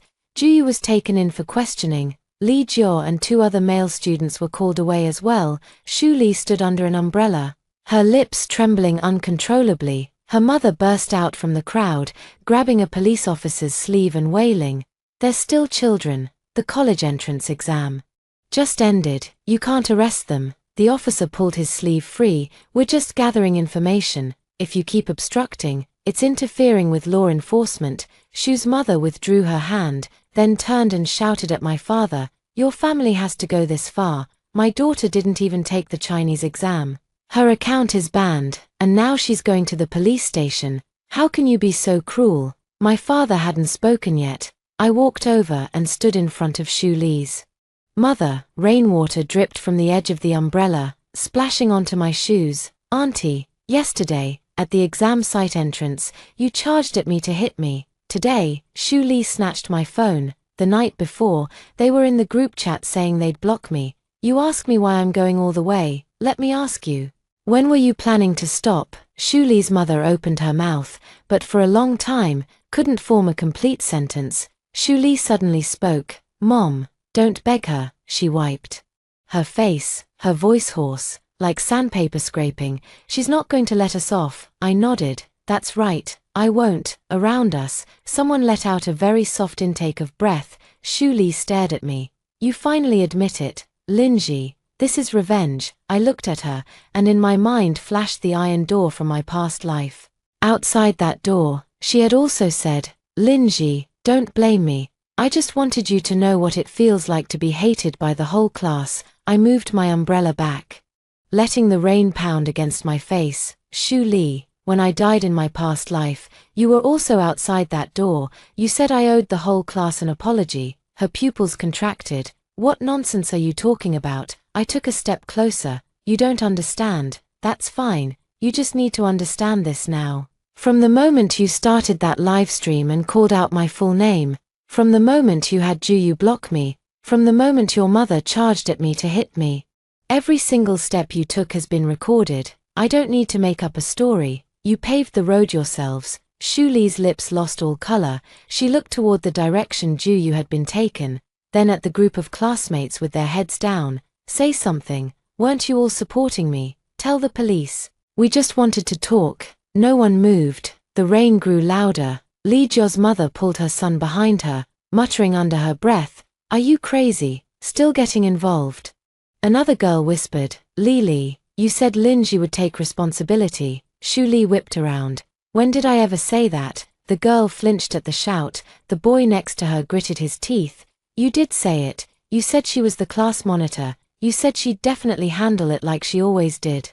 You even said even if we were late, with the media there, the exam site wouldn't dare stop us. Sentence after sentence hit Shu Li like stones. Shu Li's eyes went wide. No, that's not how it was. You all came on your own. I didn't force you. I just suggested it. Finally, the blame shifting. In my past life, they pinned it all on me. In this life, she was pinning it on the whole class. The faces of the surrounding classmates all changed. Hinyan stepped forward, phone clutched in her hand. Shu Li. In the group chat, you said anyone who didn't come was a traitor. You even had everyone share the live stream. I have screenshots. Shu Li lunged at her. Hinyan. You're betraying me too. Hinyan stepped back, her voice trembling. But she didn't run. I'm just showing what you said. The officer took the screenshots. Shu Li's breathing became erratic. She turned to look for Juyu. Juyu had just come back from near the police car, and when he heard all this, his face turned deathly pale. Shu Li grabbed him. Juyu, say something. Say you supported me. Say you'd protect me. Juyu shook her hand off. His force wasn't strong, but it was enough to make her stagger a step. I supported you because you said we wouldn't be late. You said we'd definitely get in before 8:14. You lied to me. Shu Li froze. Rainwater dripped down her eyelashes. Her lips opened and closed. No, it wasn't just me. You all agreed. You all agreed. No one answered her. I watched as the knives she had thrown were all stabbing back into herself. There was no fire in my chest, only a cold, hardened stillness. The lights in the police station were blindingly white. The clock on the wall ticked, mingling with the sound of the printer spitting out paper. I sat in a chair, holding a disposable paper cup in my hands. The hot water burned through the cup's wall against my palm. But I didn't let go. The officer handed me the documents. We've received all the evidence you submitted. Currently, this involves online exposure of personal information, threats, blocking exam candidates, and attempted phone snatching. We'll contact the school and the platform later. I nodded. Thank you. Juyu sat on the other side, his hair wet, his school uniform collar sticking to his neck. His father had arrived, wearing a suit, his face as dark as a pot bottom. Apologize. Juyu didn't move. His father slammed his palm on the table. I said apologize. Juyu's shoulders trembled, and he slowly raised his head to look at me. Those eyes that once looked down from above were now bloodshot. Linji, I'm sorry. I took a sip of water. It scalded my tongue until it went numb. Sorry for what? Juyu's Adam's apple bobbed. I shouldn't have blocked you, shouldn't have threatened you, shouldn't have made you delete the video. I looked at him, and his gaze flickered. What else? I put down the cup. You shouldn't have thought that just because Shu Li cried, the whole world should get out of her way. Juyu's lips pressed tight. His father yelled again. Say it. Juyu closed his eyes. I shouldn't have sacrificed your college entrance exam to clear the way for her. I gave a faint smile. That sounds better to my ears. He looked up, a glimmer of hope suddenly flashing in his eyes. Then can you? No withdrawal. The light died out. I placed the paper cup back on the table. I accept your apology, but I won't drop the case. Apologizing is your business. Holding you accountable is mine. Ju Yu's face slowly collapsed. His father turned to my dad, forcing a smile. Kids are foolish. They're from the same school. Give him a chance. My dad pushed the documents forward. My daughter was blocked, threatened, and cyberbullied on the day of her college entrance exam. When your son was being foolish, he almost ruined her entire life. Opportunities aren't something you beg from the victim. They're something you teach at home yourselves. Ju's father couldn't save face and dragged Ju Yu aside to sign the papers. Over at Shu Li's side, it was even more chaotic. Her father raised his hand to hit her, but the officer stopped him. Shu Li shrank into the chair, clutching her backpack with both hands, muttering non-stop. I didn't mean to be late. I just wanted them to apologize. I just wanted to gain followers for my live stream. I didn't mean to get a 0 on Chinese. Her mother was crying, collapsed on the floor. Lily, how could you be so foolish? Your dad said he won't pay for repeat fees anymore. Your account's gone too. What will you do now? Shu Li suddenly jerked her head up. It's Lin Ji. It's all Lin Ji. If she had stopped me, I wouldn't have ended up like this. She screamed at me, her voice cracking. You used to stop me. Why didn't you stop me this time? What right do you have? Everyone turned to look at me. I stood up. The chair legs scraped across the floor, making a harsh sound. Because I don't owe you anything. Shu Li looked as if she'd been slapped. Frozen solid, I said, word by word. You wanted to live stream. That's your greed. You wanted the whole class to accompany you. That's your malice. You miscalculated the time. That's your stupidity. You couldn't take the Chinese exam. That's the rules catching up to you. Shu Li, I'm not your mother. I'm not cleaning up your mess. Her lips trembled, tears streaming down. How can you say that about me? I looked down at her. I can say things even uglier. Want to hear them? She didn't dare respond. My dad gently pressed my shoulder. Gigi, let's go. When we walked out of the police station, the night wind blew over, the rain had stopped, and the road was covered in puddles. The lights shattered in the water, crushed under car tires. Hinyan stood at the entrance. She held an umbrella, its tip poking the ground. Linji, my parents came to pick me up. I just finished my statement. I submitted all the screenshots. I nodded. I looked at her. Her lips moved several times. Before, many times, I saw them bullying you. I didn't dare say anything. I didn't comfort her. Her eyes instantly welled up. I know it's useless to say this now, but I want to say, I won't pretend not to see anymore. I stared at her for a long time. Hinyan, don't make promises to me. Just don't run away when your own trouble comes. She nodded hard. I turned and got into the car. Outside the window, the lights of the police station grew further and further away. I leaned back in my seat and closed my eyes. What filled my ears wasn't the dead silence of the equipment room. It was my mom sniffling quietly in the front seat. My dad said, "Let's go home and have noodles." I opened my eyes. "Add 2 eggs." My mom immediately said, "Add 3. The day the scores came out, the weather was so hot the leaves curled at the edges. I sat in front of the computer, my palm pressing down on the mouse, a thin layer of sweat on my fingertips. My mom stood behind me, constantly twisting her apron. My dad said he wasn't nervous, but the teacup in his hand had been held for 10 minutes without a single sip.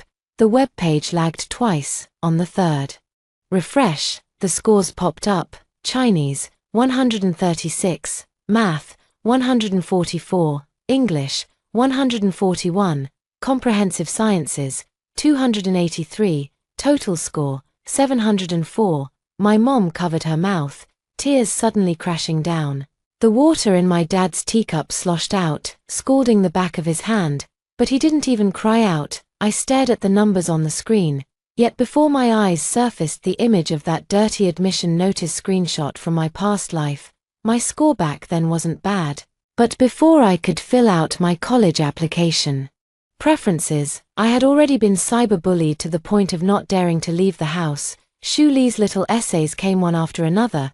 Juyu brought people to block my apartment hallway. My parents worked during the day and stood guard at night. In the end, I never made it to university, this time. The screen was bright. I took a screenshot of my score and sent it to my homeroom teacher.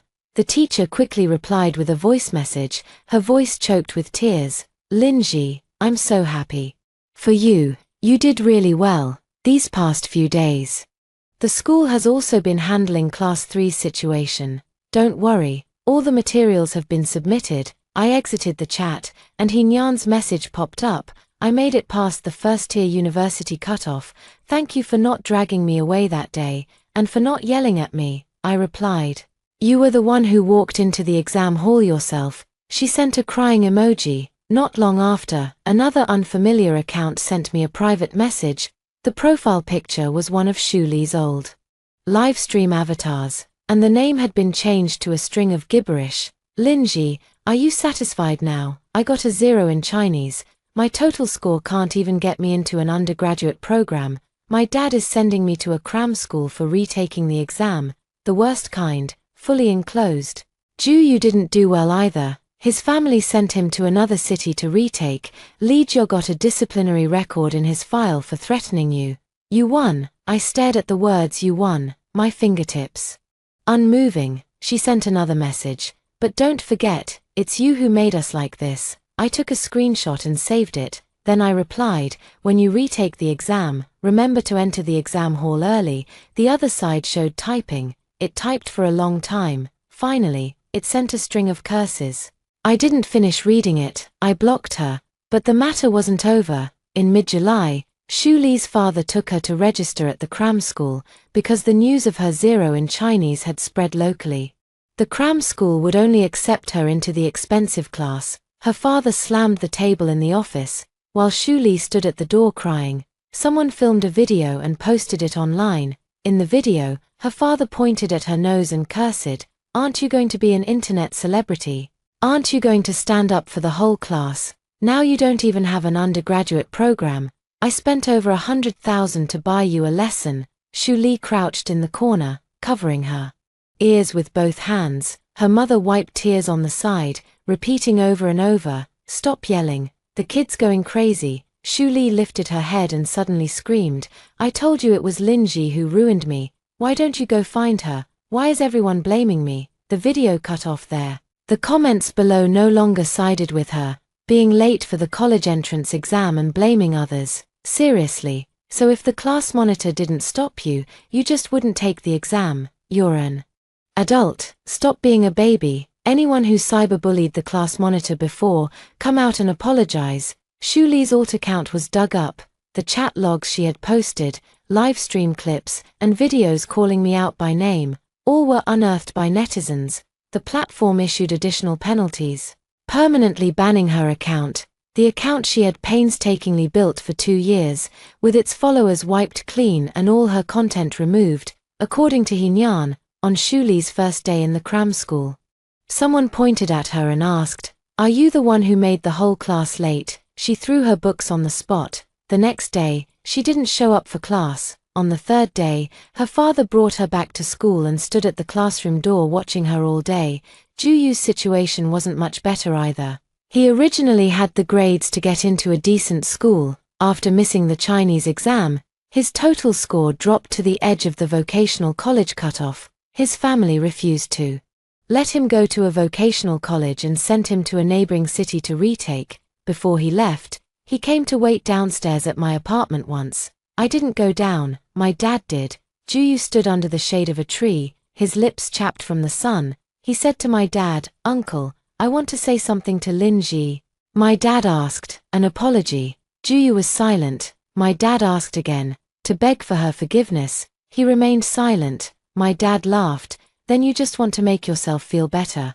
She won't see you." Outside the window, the cicadas chirping rose in waves. I stood behind the curtain, watching Juyu lift his head. Through the glass, he couldn't see me. He stood there for half an hour, then finally lowered his head and walked away, his back slumped, as if his bones had been pulled out. I didn't call out to him. At the end of August, my admission letter arrived. When the red envelope was handed to me, The courier smiled and said, "Congratulations, a top school." I signed my name, the tip of the pen scratching across the paper with a rustling sound. My mom was taking photos beside me, her hands shaking so badly that 3 pictures came out blurry. My dad took the letter, looked it over again and again, his eyes turning red and wet. "Our Gigi has made something of herself." I traced the raised school emblem on the letter, my fingertip brushing over it bit by bit. Hard, real, not like the admission page on my phone from my past life that I never got to open. That evening, my homeroom teacher organized an online graduation meeting. I didn't really want to attend. Nyan sent a message, "Come on, the school is announcing the disciplinary results today." I clicked into the meeting. On the screen, one by one, the profile pictures lit up. Class 3 was missing a lot of people. Shu Li wasn't there, Juyu wasn't there, Li Jia was in, but his profile picture was black and his microphone was off. The homeroom teacher sat in her office, with a cabinet full of archival files behind her. She looked like she had lost weight. "Classmates, high school is over. Today, besides congratulating everyone, I also need to address a few matters." The meeting fell silent. The teacher picked up a piece of paper, regarding the incident on June 7th, where some students organized and participated in a gathering before the exam, causing them to miss the Chinese language subject. The school has completed its investigation. Student Shu Li repeatedly incited classmates to delay entering the exam site through the class group and live streaming platforms, and leaked classmates' personal information, causing serious consequences. She is hereby given a demerit, disqualified from this year's school-level outstanding graduate status, and the relevant materials will be filed according to regulations. Students Ju Yu, Li Jiao, and others, for blocking and threatening classmates and gathering again after the exam to cause trouble, are given corresponding disciplinary actions. For the parts involving violations of law and regulations, the public security organs and platforms have already handled them. Someone on the screen turned off their microphone, someone's profile picture flickered, the teacher put down the paper, her voice sinking. "There is one more thing. Student Lin Ji suffered online bullying, threats, and blockades during the college entrance exam, yet still attended all exams on time. She submitted evidence, cooperated with the investigation, and protected her own legal rights. The school formally apologizes to her." I sat in front of the computer, my fingertips frozen. The teacher looked into the camera. "Lin Ji, I'm sorry, your teacher failed to identify the problems within the class in advance, and I didn't stand by your side the moment you were being ganged up on. This apology comes late, but it must be said, the meeting was dead silent. I could hear the hum of the air conditioner in my room. In my past life, I waited for an apology. I waited until my fingernails broke in the gap of the equipment room door, and no one ever said it. In this life, it came through the screen. I unmuted. "Teacher, I accept the school's apology, but I won't say it's okay on anyone else's behalf." The teacher nodded. "You don't have to." Nyan was the first to unmute. "Lin Ji, I'm sorry." Her voice was choked with tears. "Before, when they made fun of you and forced you to clean up everyone's mess, I used to laugh along. I even pretended not to see. I'm sorry." Then, a girl unmuted. "I'm sorry. I forwarded Shu Li's videos." Another boy, "Lin Ji, I'm sorry. I cursed you in the group chat." Someone was crying. Someone remained silent. Li Jia's profile picture suddenly lit up. His voice was hoarse, heavy. "Lin Ji, my mom made me apologize, but He paused, his breathing ragged. "I used to really think you were supposed to take care of it, because you always did, so when you didn't that day, I hated you." Later, my dad took me to see the disciplinary materials, and I realized I was just a bully picking on a good person. "I'm sorry, I didn't speak." Li Jia added, "I'm going to a technical school next week. My dad won't let me retake the exam. He says I need to learn how to be a person first. I don't know if I'll ever learn. But I won't bother you again." He turned off his microphone when the meeting ended. The teacher said, "Everyone, remember this from now on. No one is obligated to pay for your choices." The screen went black. I sat there for a long time. My phone buzzed with a text message, an unfamiliar number. "Lin Ji, it's Juyu. I've arrived at the retake school. I get up at 5:30 every morning and finish class at 11:00 at night. No one here knows Shu Li. And no one listens to my explanations. I keep dreaming about that day at the exam gate. When you asked me if I hadn't heard the broadcast, I did hear it. I just thought that the rules would make way for Shu Li. Later I learned they don't. I'm sorry. The next message came 3 minutes later. You don't have to reply. I read it, deleted it, and blocked the number. Outside the window, the sky was slowly darkening. I opened my suitcase and placed the admission letter into the inner pocket. My fingertip touched the bottom of the case, where there was a hard edge. I remembered the rusty piece of iron in the equipment room from my past life. I used it to knock on the door until my wrist had no strength left. Now, it had become the metal edge of a suitcase. I was going to a city far away. The door was open. The road was open. Too, the day before school started, I went back to my high school. It wasn't out of nostalgia. The school had notified me to pick up a paper certificate.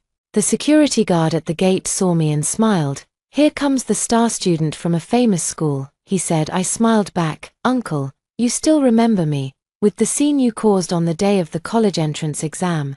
"Who wouldn't?" He lowered his voice. "That girl who led the livestream came by a few days ago." I paused mid-step. "Shu Li." "Yeah, she came for her files. With her dad." She was crying so hard, her eyes were swollen like walnuts. I didn't respond. As I crossed the playground, the rubber track gave off a smell of scorched plastic under the sun. No one was under the basketball hoop. The windows of the teaching building were open, the wind billowing the curtains up and then letting them fall.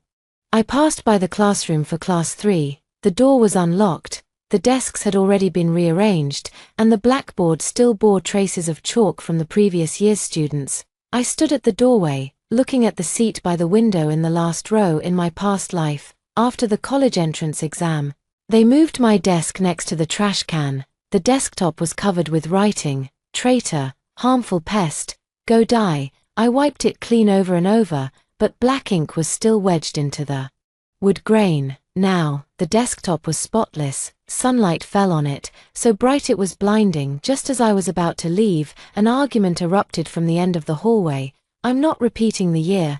I'm not going to that school. They all laugh at me." It was Shu Li. I turned around. She was standing in front of the dean's office, her hair cut short, much thinner, the school uniform hanging loosely on her frame.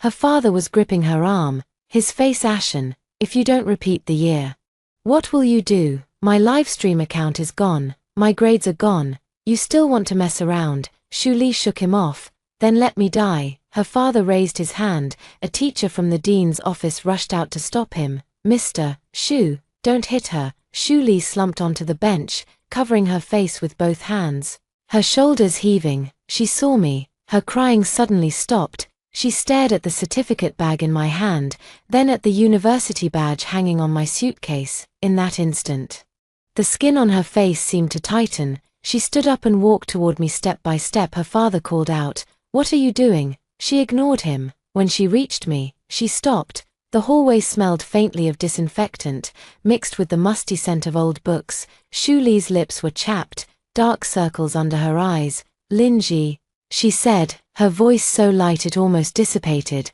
"Are you very happy?" I looked at her. "I'm in a hurry." She let out a laugh, uglier than crying. "I can't sleep. Every day, people in the repeat class call me latecomer sister. My dad switched my phone to an old people's phone. My mom cries every day. Ju doesn't talk to me anymore. Li Jia avoids me when he sees me. All the people who used to surround me are gone." She leaned closer, her eyes red and terrifying. "Are you satisfied now?" I asked her. "Do you still think now that it was my fault?" Her lips trembled. "If it wasn't you, then who was it? If you had come out to stop me that day, if you had handled things like you used to, I wouldn't have ended up like this." I nodded. "Then keep thinking that way." She froze. I walked around her. Suddenly, she grabbed the handle of my suitcase. The wheels scraped against the ground with a sharp sound. I turned back. Shu Li's fingers were tightly clamped around the handle, her knuckles protruding. "You can't leave. How can you be allowed to leave? I'm trapped in the repeat class. How can you be allowed to go to university?" I looked at this hand. In my past life, She had also grabbed the lock on the door outside, not to open it, to make sure it was locked tight. I pulled out my phone from my bag and lit up the screen. Let go. A flicker of panic flashed in Shu Li's eyes, but she didn't release her grip. You're recording again. Yes, I'm already recording. She let go as if burned. I pulled my suitcase forward, the wheels rolling over the ground with a steady sound. When I reached the stairwell, Shu Li's uncontrollable crying came from behind me. Lin. Ji, I'm really finished. I stopped, but didn't turn around. Shu Li, you're not finished, you're just finally going to take responsibility for your own life. Her crying choked off. I went down the stairs. Outside, the sunlight was very bright, heating the ground until it was scalding. Next to the security booth, new senior year students were moving books. Stacks of test papers were piled on tables, some complaining, some laughing. I dragged my suitcase out of the school gate. My phone vibrated. Nyan sent a photo. She had already arrived at the university dorm, her bed in a mess. Linji, I'm here, you should set off soon too, I replied to her. On the way, a taxi stopped at the school gate. The driver helped me put my suitcase in the trunk. I sat in the back seat. The window rolled down halfway. The wind blew in, carrying the astringent smell of osmanthus leaves. The high school gate grew smaller and smaller in the rearview mirror. I didn't look again. The door to that equipment room in my past life was finally left behind. This time, I didn't save them, I saved myself.